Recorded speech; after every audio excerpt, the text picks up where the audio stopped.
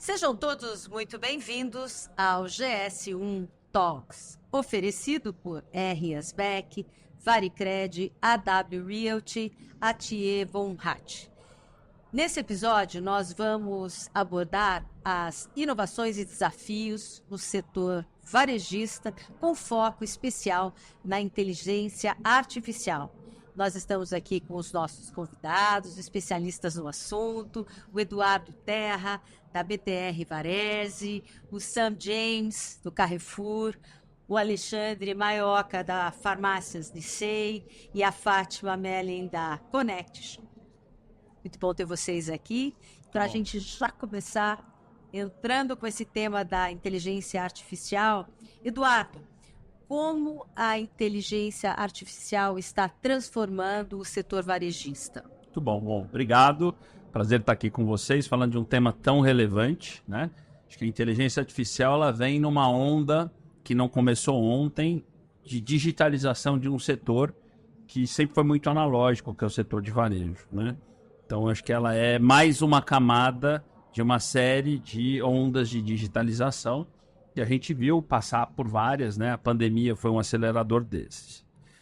A inteligência artificial como onda, ela também teve algumas etapas. A gente talvez tenha que dividir a inteligência artificial pelo menos em duas partes.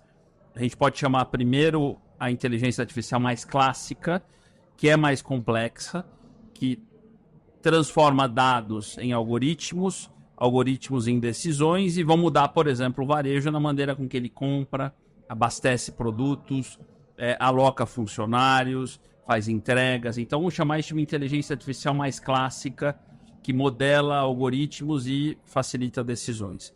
Em novembro de 2022, então pouco menos de 2 anos, surge aquilo que a gente chama de inteligência artificial generativa, né? Então, novembro de 2022 foi a data onde foi lançado o ChatGPT.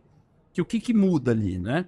A partir dali, a gente permite que a gente converse com os algoritmos falando português, inglês, francês, né? Então, a linguagem algoritmo ser humano muda, porque até então era programação algoritmo. Então, quem conversava com a inteligência artificial eram programadores. A partir dali, quem conversa com a inteligência artificial somos nós, né? Então, o idioma da inteligência artificial passou a ser o nosso idioma. Isso democratiza, escala e transforma a inteligência artificial algo mais hype, né? Só que as aplicações do que a gente chama de Gen AI, ou a inteligência artificial generativa, são um pouco mais restritas. Então, a gente não pode... Acho que teve um lado legal, vamos dizer assim, um lado mais mercadológico, né, de marketing, de dar esse boom em AI. E aí, esse é um outro capítulo, né, de quem está ganhando dinheiro com AI. Quem está ganhando dinheiro com AI é quem gera energia elétrica. Então, para você ter uma ideia, hoje, 14% da energia elétrica do mundo é para inteligência artificial e dados. Quem faz hardware, então eu estou falando de chips, processadores, estou falando da NVIDIA, por exemplo, né? Quem dá essa potência para que a gente possa fazer inteligência artificial acontecer. Mas voltando para o varejo, esse conjunto de inteligência artificial clássica que vem avançando, mais a inteligência artificial generativa, ela começa a permitir que a gente resolva dores que sempre existiram no varejo, que é o quê? Comprar melhor produtos, portanto, menos estoque, menos ruptura. Alocar melhor milhares, Carrefour, por exemplo, que a gente vai falar, tem centenas de milhares de funcionários. Eu alocar melhor essas pessoas de um jeito inteligente, sem o trabalho de dados, é impossível. Precificação, né? Quer dizer, como é que eu precifico dezenas de milhares de produtos? A Nicei, né? E no varejo farma, desconto e oferta é muito difícil. Você não faz isso sem dados. Então, essas dores clássicas que o varejo sempre teve, um bom trabalho de dados, que é a agenda da inteligência artificial, começa a acontecer. E o bacana, para concluir, nesses últimos 2 anos, é que isso se tornou prioritário para todo o varejo. E aí eu lancei um livro no final do ano passado, que é justamente a inteligência artificial no varejo. E aí, para deixar uma mensagem do livro, inteligência artificial se tornou prioridade, mas não realidade. Então, eu diria que nos últimos anos, 2 anos, isso virou agenda prioritária dos executivos, mas os projetos a gente está vendo eles começarem a acontecer e darem resultados. Então, pontualmente, a gente vê alguns cases, né, em várias áreas, mas a gente não vê assim fenômenos, né, mexendo o ponteiro do varejo brasileiro, mexendo a margem, reduzindo despesas, aumentando vendas. Eu acho que tem potencial para, né, eu tenho visto alguns pilotos falar, uau, isso escalado pode mexer o ponteiro. Então a minha expectativa para os próximos 2, 3 anos é grande, mas a foto de 2024 ainda é uma foto mais de expectativa do que de realidade.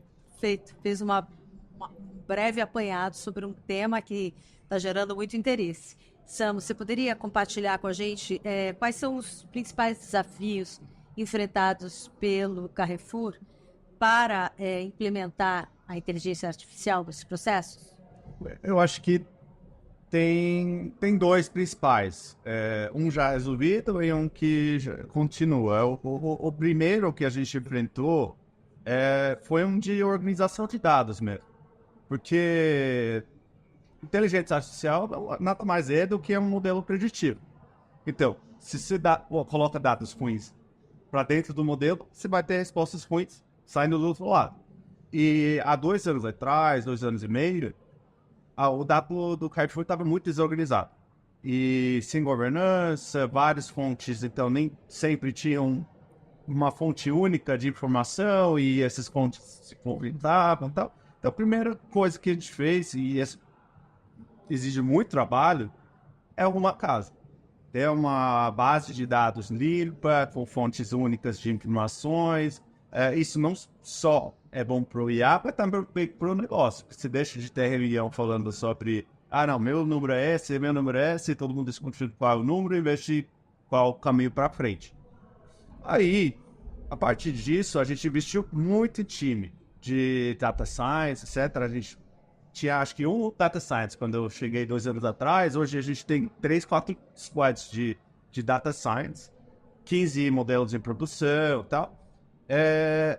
Então, a parte técnica de construção de modelo eu não enxergo como problemático. A gente tem isso muito, muito redondo. Mas tem uma outra parte que é muito desafiadora, que é a parte cultural. Porque é uma mudança de paradigma enorme. Então, quando você pensa em 50 anos do Carrefour no Brasil, fazendo praticamente da mesma forma. Algumas coisas no Excel, outras coisas no feeling mesmo e tal. Então, as pessoas que você precisa para executar as tarefas são diferentes, o mindset é muito diferente, a quantidade de pessoas que você precisa é muito diferente, em times diferentes. Então, é uma mudança cultural muito, muito forte. Então, isso tipo, você pode ter a melhor solução técnica do mundo. Se você não consegue traduzir isso para o negócio, ele morre na praia. Então, o nosso desafio em termos de escalar IA dentro do Carrefour vem muito nessa transformação cultural. E quando você olha transformação digital como um todo, que é o meu mandato, né? Se lê em qualquer lugar, maior desafio nunca é técnico, é cultural. Então, isso para mim é fundamental, é saber como trazer o negócio junto, saber como implementar essa mudança de paradigma, que é uma ruptura grande em termos de pensamento, em termos de talento, em termos de sim, também afetar a continuidade do negócio, que a gente sabe que tem que ficar dando. Muito bom. Deu para ver a jornada aí que vocês fizeram até aqui. Sim. Foi visual a sua explicação. E, Alexandre, como as farmácias EC utilizam a inteligência artificial para melhorar o atendimento ao cliente? Bom, primeiro, obrigado aí, parabéns pelo podcast. E acho que o que eu tenho a contribuir aí na jornada do cliente vem de encontro um pouco com o que o Eduardo falou ali.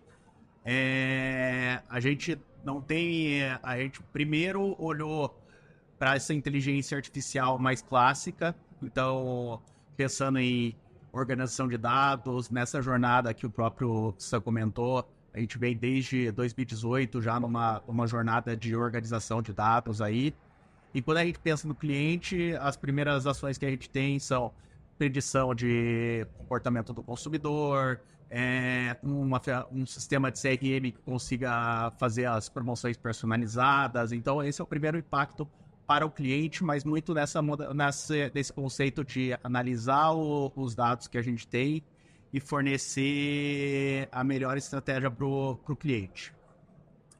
Outra coisa que é uma frente de IA que vem desenvolvida é a parte de estocagem, então a disponibilidade de produtos.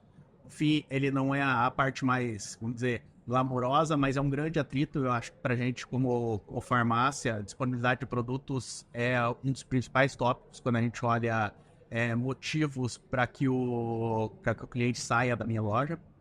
Então, a IA vem para conseguir melhorar nossa previsibilidade de demanda, saber exatamente onde a gente pode alocar o nosso produto da melhor maneira, reduzindo também a necessidade de capital de giro, porque solução fácil para estoque existe, né? É só aumentar muito o número de dias de estocagem, você consegue resolver esse problema.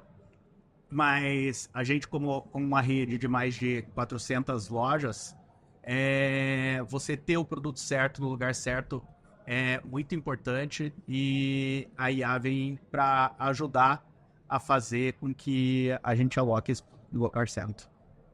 Bem, Alexandre, obrigada pela resposta. Fátima, quais são as oportunidades futuras para a inteligência artificial no varejo, sob a sua ótica? Olha, hoje, se a gente resumisse assim, 3 grandes palavras, os desafios do varejo, porque são inúmeros, mas 3 grandes palavras que a gente vive ali no dia a dia dos nossos clientes, o tema da produtividade em vários aspectos, o tema da eficiência também em vários aspectos e da rentabilidade. E, sem dúvida, a inteligência artificial já vem contribuindo para elevar o nível de produtividade, eficiência, rentabilidade. Porém, como o Eduardo bem colocou, ainda estamos engatinhando nessa jornada. E se nós olharmos para a aplicabilidade efetiva hoje, a gente está muito concentrado assim, em alguns pilares de uso. Então, o pilar do conhecimento do cliente, partindo de dados para entender cesta, dinâmica e jornada, e como que a gente pode melhorar todas as ações e interações com esse cliente em termos de campanhas, ofertas, relacionamento. O uso no que diz respeito à segmentação dos produtos, cadastro mesmo de produtos e a inteligência para melhorar a busca quando você vai buscar através do digital, ou a gestão de estoque, etc e tal, quando você está ali numa loja física. E o uso no que diz respeito ao que tem a ver com toda a parte de abastecimento, logística e distribuição. Então, a concentração hoje está muito nisso. Mas a gente vê as outras aplicabilidades crescentes e que, sim, com os desafios culturais, sistêmicos, sobretudo de pessoas, a gente tem um desafio grande no varejo, porque, em geral, o varejo contrata uma mão de obra ainda muito iniciante, etc. Então, a gente tem que começar a trazer cada vez mais um perfil de dados, analista, cientista, que é uma coisa nova para o varejo absorver, né? E dentro desse contexto, pensando para o futuro, a gente tem como explorar o uso da inteligência indo além, na própria experiência e na jornada completa do consumidor, em lojas com experiências mais imersivas, e pode nos ajudar nesse quesito, nas respostas e no atendimento muito mais conectado com o shopper na hora que ele faz uma consulta, na hora que ele vai fazer uma devolução. E dentro desse contexto, na experiência dele, inclusive, no que diz respeito não só à gestão de demanda, mas previsão e antecipação, fazendo lá uma predição para onde seria a jornada, para a gente poder qualificar mais o nosso mix. 60% do resultado de um varejo está atrelado ao mix ideal, mas também como que a gente vai precificar isso de uma forma mais inteligente e real, né? Porque às vezes a gente é atrasado no processo de decisões pela demora, pela quantidade de loja, pelos desafios do dia a dia da gestão. E na parte, eu diria também, de como expor esse produto em loja. Então, a gente tem tido um uso ainda pequeno, mas crescente e com oportunidade muito grande futura de melhorar cada vez mais como o produto deve estar exposto, seja na loja física ou no digital, para os clientes. Também é uma grande possibilidade aí para otimizar e melhorar a experiência do cliente como um todo, vender mais e melhor e resolver um pouco mais essas 3 grandes dores aí de eficiência, produtividade e rentabilidade. Trouxe também, a Fátima trouxe um panorama sobre as dores e como as coisas se processam. Agora eu queria entrar para um campo em que todos vocês poderiam dar suas contribuições, e a gente faria um bate-papo assim, mais breve sobre cada uma dessas temáticas para todos emitirem suas opiniões. Quais são as implicações éticas da utilização da inteligência artificial no varejo? Então, eu queria ouvir um pouco a opinião de cada um de vocês. Eduardo, a gente faz essa rodada de novo. Eu acho que nós estamos no início dessa jornada, assim, acho que são as mesmas dos usos, assim, da nossa discussão de dados, né? A diferença é que a inteligência artificial tem trazido uma sofisticação, né, ou leituras que a gente nunca tinha imaginado do uso de dados. E quando eu falo dados, a gente pensa normalmente em número, né? Mas vamos lembrar que a gente está falando de imagem, a gente está falando de vídeo. Aí pegando o exemplo do vídeo, a gente começa a ver fotos, vídeos circulando. Então, para pegar um exemplo prático de varejo, hoje o varejo, nas suas lojas, tem câmeras, né, instaladas. Aí eu estou falando desde câmeras de segurança até câmeras que podem fazer outras coisas. Até outro dia, a gente tinha pouca tecnologia disponível para que eu transformasse imagens de loja em inteligência. A inteligência artificial, com todas as suas ferramentas, hoje permite, ou começa a permitir, que essas imagens, e eu estou falando de imagem no coletivo, não é imagem da Lucila, do Alexandre, ou do Sam, ou da Fátima, me tragam a inteligência de, mapas de calor, circulação, ou tracking de consumidores. Então, essas imagens, ou esses vídeos, podem me trazer muita inteligência de decisão e aquela loja se tornar uma loja, inclusive, melhor para o próprio cliente. Então, tem uma agenda muito positiva, né, do uso disso. Só que há um cuidado, porque é a sua foto, é o seu vídeo que está lá, e a gente começa a ver, acho que todo mundo já viu aqui o uso dos deepfakes, né? Eu recentemente fiz o meu avatar em IA, né? E é assustador. O que é o avatar? Para quem não sabe, você em uma série de plataformas, eu usei uma que é super segura, né, que chama HeyGen, que você contrata, paga, não é barata. Você, para criar o seu avatar, você grava alguns minutos de vídeo, sobe a sua voz, sobe o seu vídeo.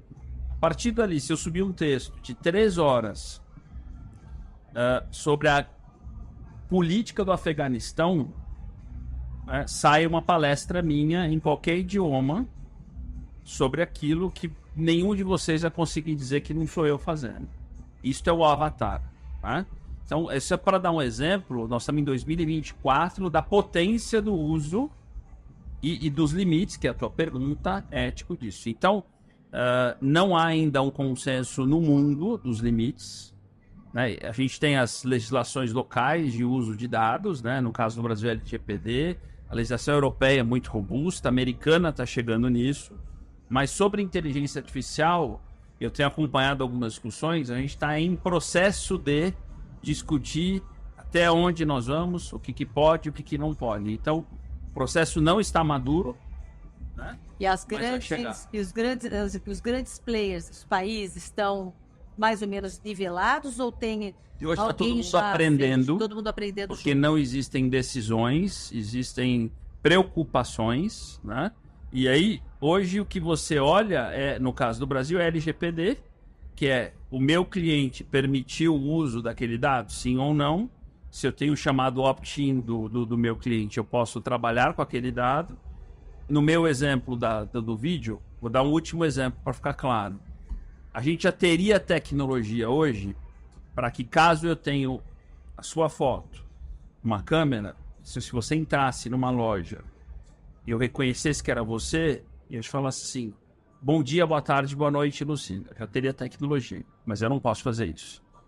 Quer dizer, porque eu não sei ou não é de bom tom que eu, pelo teu reconhecimento facial, eu chame você pelo seu nome sem que você queira isso.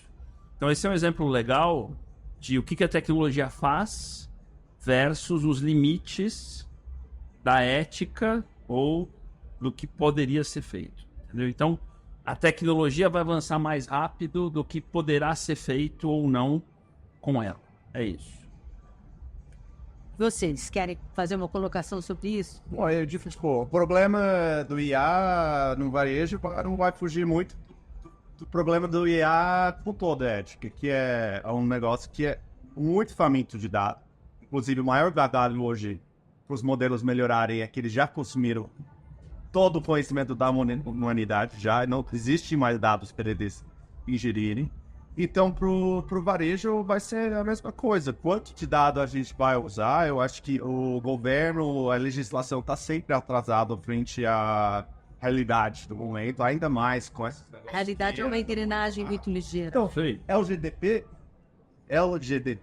é um bom começo, é algo que protege um pouco o consumidor, mas a realidade é que isso ainda vai permitir um monte de coisa que talvez não sejam legais. Acho que todo mundo passou por um momento que, sei lá, você tá no Instagram e você vê uma propaganda que parece invasiva.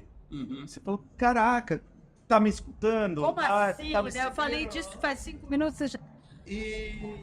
E esquisito. E, tipo, pro varejo, isso é super relevante. Então, quanto que a gente vai usar esse dado ou não, aonde a gente vai desenhar a linha, vai ser muito importante. E acho que não vai ser a lei que vai definir, vai ser o negócio em si. Aí você tem que andar essa linha entre trazer performance e conversão e trazer pessoas para a loja, etc. Fazer modelos cada vez mais assertivos para o seu core business andar muito eficiente, rentável, etc. E não atravessar linhas onde você vai gerar desconforto do consumidor, se vazar, vai gerar problemas reputacionais, etc. Então, acho que vai gerar muito mais em torno disso do que a parte regulatória. E Um exemplo bem rápido. Hoje a gente já tem tecnologia para saber que você foi numa loja, não comprou, e eu consigo fazer uma campanha no dia seguinte para você no Instagram, por exemplo. Já tem, eu posso fazer.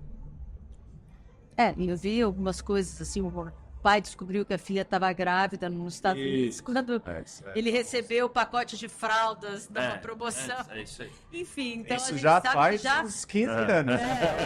E isso continua se replicando e já faz tanto tempo. Sim. Hoje, o que a gente vê é inimaginável, né? Um avatar seu desses...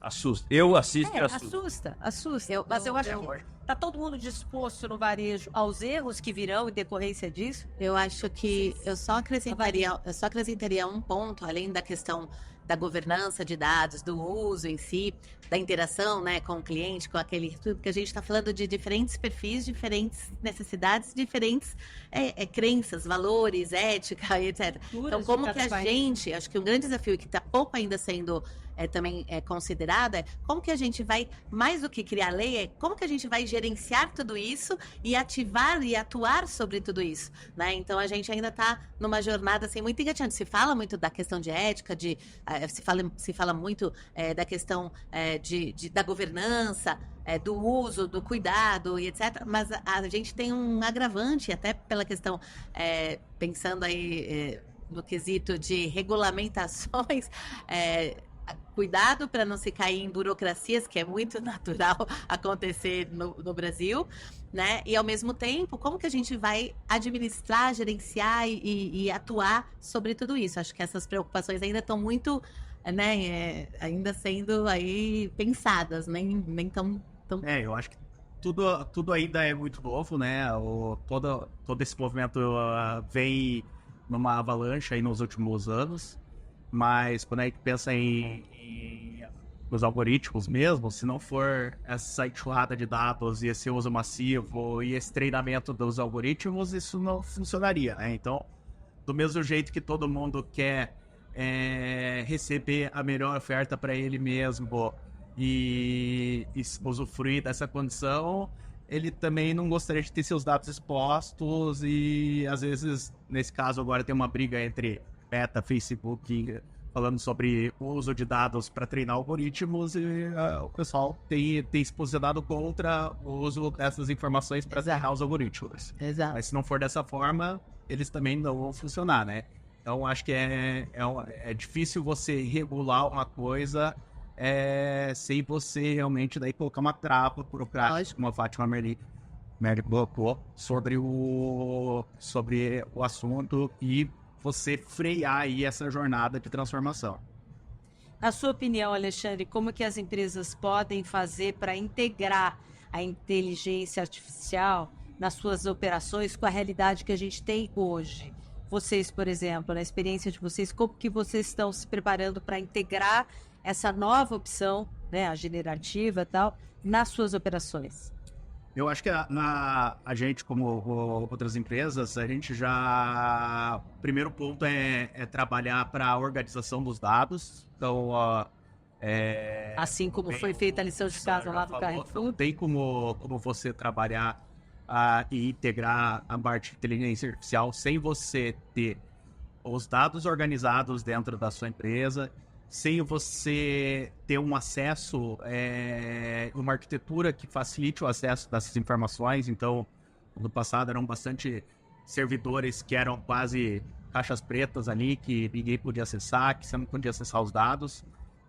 Acho que isso as empresas têm que preparar o melhor cenário para que esse dado seja acessível, mantendo aí toda a parte de recursos para que não tenha vazamentos, para que não tenha invasões, para que o ponto de cibersegurança continue sendo o chave, né?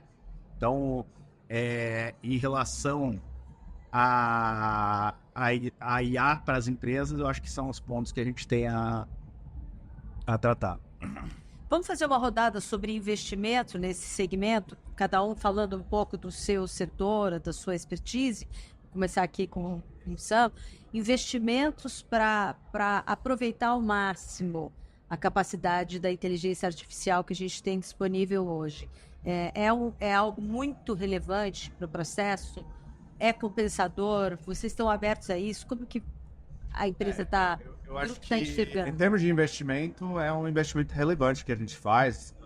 O Grupo Carrefour é o maior varejista do Brasil, então a gente tem escala para poder fazer isso. Acho que outras redes menores vão ter mais dificuldades de levantar um time realmente que vai fazer diferença nesse sentido, mas a gente está falando de investimentos relevantes.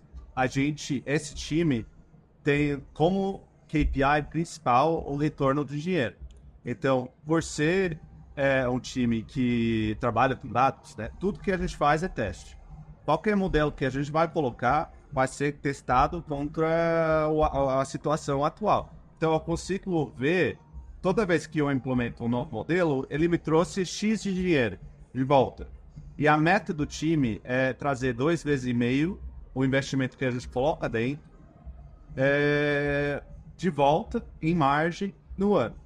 Então, a gente está, o parcial de julho já estava em 1,5. Então, pronto, o time em julho já pagou e mais metade o salário, tudo, compute, cloud, tudo isso já está pago. Então, é um negócio que se faz direito, ele traz muito retorno. Porque, no final, varejo nada mais para mim, eu venho de fora, né? Eu sou nosso cara varejo, eu vim de tecnologia, são uma série de problemas de otimização. E aí que o IA brilha. Ele gosta de problemas de otimização, você pode fechar o problema, coloca os dados dentro, se você tem dados bonitinhos, você vai ter um resultado muito melhor do que fazendo na mão. E a gente está falando, no escala do Carrefour, de milhões de decisões por semana. Se fosse pensar qual produto que eu vou colocar na loja, em qual quantidade, preço, desconto, decote, tudo isso. São humanamente impossível falar de fazer isso, não é bom. Então, quando eu trago um IA para dentro desse tipo de problema, eu tenho uma melhora bizarra. Um exemplo que a gente tem, a gente fez um teste de comprar alface com IA. A gente cortou metade a quantidade de estoque que a gente comprou pela mesma venda. Foi um impacto muito grande, muito grande. Por quê? Porque antes era a cara da loja, tá todo dia e falava, preciso de 10 alfaces amanhã. Então, para trazer um modelo de IA para isso, obviamente o ganho vai ser enorme. Então, o investimento retorna muito. O que eu falei no início é que há o desafio cultural. Que sempre foi o cara da loja falando, não, preciso disso de alface amanhã. Então, é uma mudança muito grande para o negócio botar nas mãos de uma banda de gente que não conhece varejo. Isso é a realidade. Uma mensuração mais científica, Sim, né? é que os data science, ninguém veio do varejo, eles estão de fora. Então, o ganho de confiança no negócio, a mudança de mindset, etc. Aí que é a dificuldade, porque o resultado está ali, vai transformar completamente o varejo. Isso eu tenho certeza absoluta. E daqui a 5 anos, quem ficou de fora vai ficar muito para trás. Muito. E só complementando, quando a gente pensa nessa questão do investimento, como bem colocado, vai além do investimento na tecnologia ou no sistema. Envolve processos, envolve pessoas, então a gente tem que sempre estar olhando esse tripé. E quando a gente pensa na aplicação prática em resultados, vou falar exemplos lá dos meus clientes quando a gente usa para, por exemplo, análise de sortimento, né? A gente tem uma redução lá entre 20% e 30% do nível de estoque, isso é caixa curto prazo. E a gente, às vezes, exclui, em média, de 35% a 40% de itens irrelevantes que estão ocupando espaço daquilo que é relevante, né? Quando a gente vai fazer uma análise dessa em 20, 25 mil itens, às vezes 50 mil, que é o caso de um hipermercado, coisa e tal, 40 mil, enfim, fazer humanamente demora ali 1 ano para você rodar todas as categorias. Com IA você consegue fazer em 1 mês. Todas as categorias, todos os segmentos, até mais rapidamente, dependendo do sistema, né? Então, não, essa é a base. Eu até queria complementar o que foi falado pelo o Alê, que a gente tem que pensar sempre numa jornada, né? Quando a gente está pensando aí na questão do uso de IA. Além a qualidade do dado é o principal e o varejo ainda tem grandes desafios nessa questão de dados básicos, até para construir ali a sua estrutura shopper lógica, comportamento, mas também tem uma questão muito importante que é o que pensar e determinar e dar clareza para toda a equipe qual que é o objetivo do uso da IA, para que eu quero investir nisso e qual que é o resultado que eu espero. Então, além de criar um objetivo claro, definir metas e métricas para que você possa depois acompanhar toda a jornada e implementar as ações necessárias em todos os pilares, de processos, de pessoas, na formação, na educação, para o uso, e depois metrificar isso para colher os resultados. Né? E é muito importante esse ponto de resultado também para o negócio, porque o custo tudo vem, no time, tipo, Google Cloud, Team, etc. Não é um time que não tem receita. Então, se tá gastando X milhões nisso, com um benefício não conhecido, o negócio vai lá e corta. O varejo é um negócio de... Vira custo, não investimento. De baixa margem. Não dá para ficar carregando coisas que eles não sabem retorno. Então, se você não faz o trabalho direito de mostrar o retorno, mostrar o benefício... Conscientização também. Dificilmente se vai conseguir um momento dentro do negócio para expandir esse IA, porque vai ficar nebuloso. No primeiro momento que a venda vem ruim... É a porta. Então, essa agenda do investimento, acho que ela é interessante, porque como é que eu vejo ela? Eu estou no conselho de administração de algumas empresas de varejo, a Nicei, inclusive, e eu segmento o investimento em 4 pedaços, né? E indo no que o Senna colocou, em cada um desses pedaços a história é diferente. Vamos começar pelo que é mais, que todo mundo acha que é o mais simples ou mais óbvio, que assim, tem um investimento em aplicações ou em soluções de IA, que é o mais fácil e o mais barato, tá? Então, por exemplo, ter uma licença de chat GPT paga é muito barato. Só que se você não tiver as outras coisas resolvidas, não serve para nada, tá? Então, vamos imaginar que existe um investimento que são licenças de aplicações de IA. Isso é simples. Existe um segundo investimento, que aí a gente começa a chegar no que o Sam trouxe, que é de infraestrutura de tecnologia. Que a IA, ela traz para você um desafio de estar com a arquitetura de tecnologia em dia. Estou falando de nuvem, estou falando da integração de todos os seus sistemas. Se você tiver com a casa bagunçada, em termos de arquitetura, de infraestrutura, IA não vai funcionar.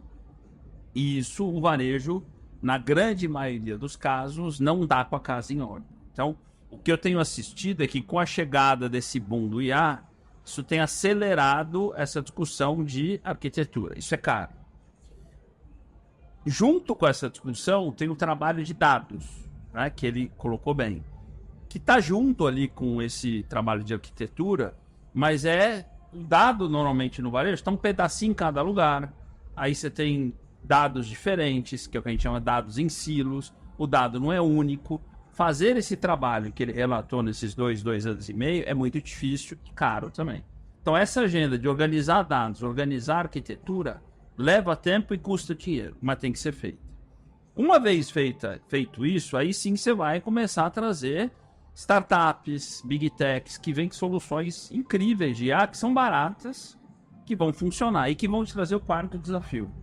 Que esse não é tão caro, mas é onde está todo mundo batendo cabeça, que é cultura e gente. É isso.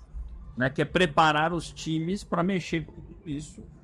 Eu acho que é onde está todo mundo, porque não existem grandes treinamentos, né? Não existem grandes soluções, existem tentativas. Então, eu diria que a agenda de investimento está nessas 4 caixinhas. Infraestrutura, né? Em geral, dados, cultura e pessoas e as soluções. A solução, para fechar, é o mais fácil. Isso é uma prateleira, né, que a gente vê por aí. Tem várias opções, mas se você começar por aí, não adianta. Sem ter as outras 3, né? Começar pela Nessa prateleira tem uma infinidade. Nossa, é uma delícia.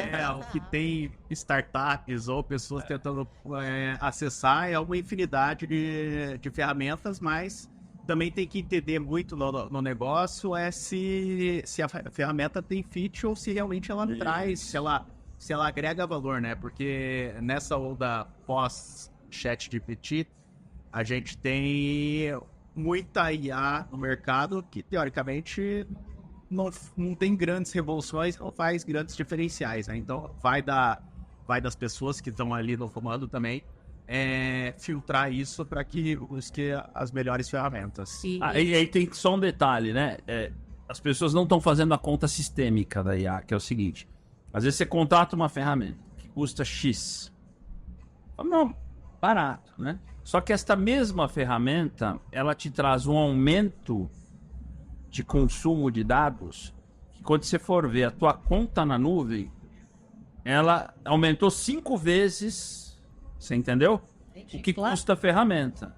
Se você E aí não você não fez a não fez a base primeiro, você não vai ter o resultado. Então você tem que fazer uma espera. conta completa do que você está implementando, né? Porque querendo ou não, quanto mais IA, mais você vai ficar faminto por mais dados. E mais dados pressupõe que você vai consumir mais toda a infraestrutura, né? E eu sou muito próximo, conheço todos os fornecedores de nuvem que estão aqui, eles são os maiores interessados. Logicamente. Que esta agenda, de fato, está tudo certo, a gente só tem que fazer isso de forma correta. A gente tem um time que está focado 100% nessa otimização da cloud. Tem gente usando muito. No processo de organizar o dado, tipo, falou, pum, explodiu, conta, a gente usa GCP. Agora, a gente tá em, sei lá, a gente caiu 60%, 70% já. Pô, time fazendo otimizações, pô, ainda expandindo o nosso uso de IA, mas o ponto vai vir descendo, porque o time vai, mata a tabela, vamos lá, bota em cold storage. Tipo, tem um monte de coisa que você consegue fazer, aí isso expande sua possibilidade de usar a IA, porque se desse quadro cuidadoso nesse ponto, sei. mata. E tem... Pessoal, eu vou ter esse papo. A gente não ia querer parar nunca, porque ele é tão interessante. Eu vou te deixar fazer a consideração final. Você estava já no embalo, mas assim, por favor, eu tenho que encerrar, porque a gente tem um outro episódio que tem que ser gravado, mas eu queria que a Fátima... Não, eu só queria complementar que dentro dessa jornada de investimento, está sendo um desafio também a questão de pessoas, porque o varejo tem uma cultura de um salário médio muito baixo. E quando a gente vai trazer as cientistas de dados, analista de dados, etc e tal, é outro nível. Né? Então, tem uma questão, eu concordo, acho que o mais desafiador está na questão cultural e de como que eu organizo tudo e repenso o varejo com essa prática de o varejo como marca, o varejo como uma entidade de negócios para o futuro e repensar toda a política mesmo de gestão de gente, de liderança e etc., do que na ferramenta ou na tecnologia. Olha, vocês trouxeram uma abertura muito grande para a reflexão de todos aqui, de quem nos assiste também. Eu agradeço a vocês, especialistas falando sobre inteligência artificial, e a você que nos acompanha aqui no GS1 Talks. Continue, porque nos próximos episódios tem mais informação, mais conteúdo para a gente compartilhar com vocês. Até o próximo episódio.